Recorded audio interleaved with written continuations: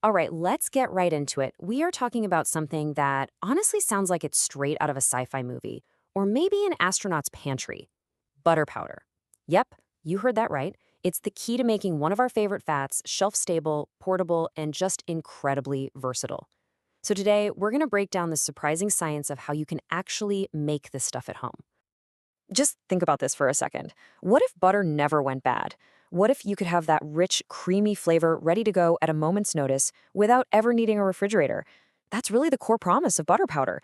It taps right into that need for convenience, whether you're a baker, a camper, or just someone who likes to be prepared for anything.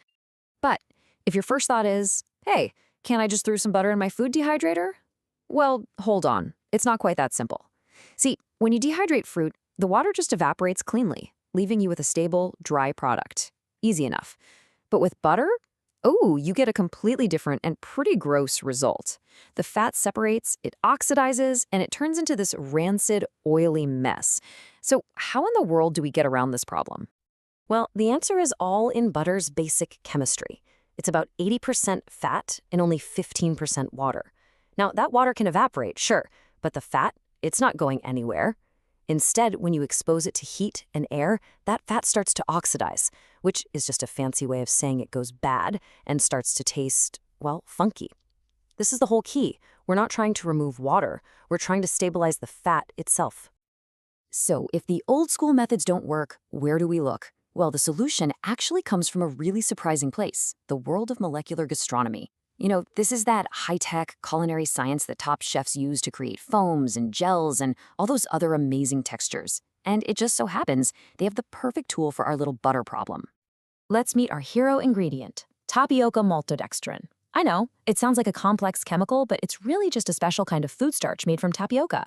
What's so cool about this stuff is its unique structure. It's incredibly porous, which gives it this amazing ability to absorb and hold on to fats. Think of it like a microscopic sponge. It literally soaks up the liquid butter and traps it, turning it into a stable, free-flowing powder that just melts on your tongue. It's wild.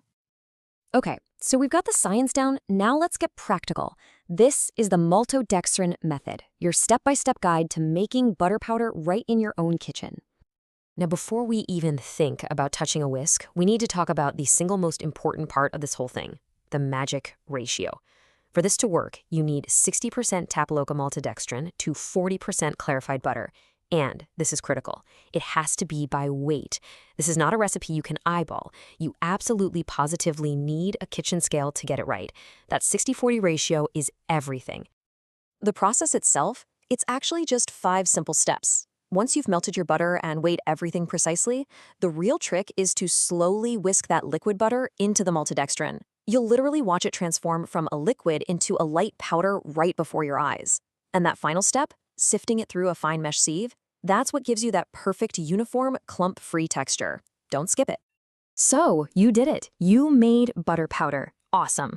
But before you start planning your 10-year apocalypse food supply, we gotta talk about results versus reality. It's really important to know what this homemade version can and, well, what it can't do. Okay, let's do a quick side-by-side. The biggest difference right off the bat is shelf life. Your homemade powder is going to last about 2 to 4 weeks in the fridge. Commercial powder? That stuff can last 10 years or more.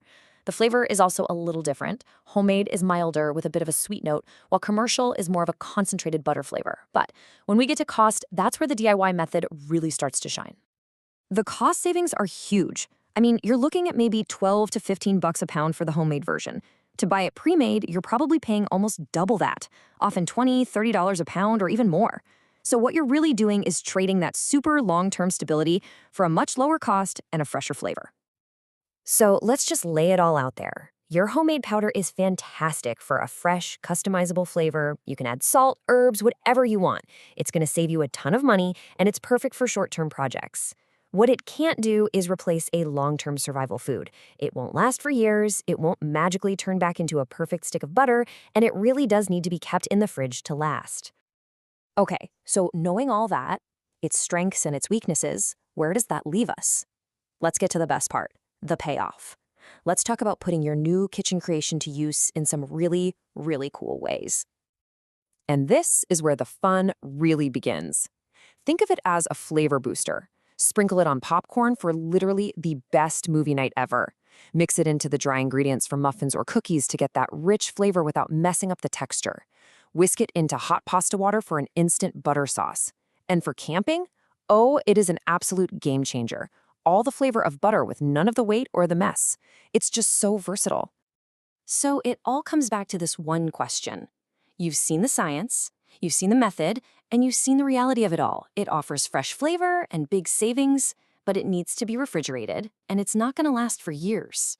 So is this DIY kitchen magic worth the effort for you? Well, the answer really depends entirely on what you want to do with it.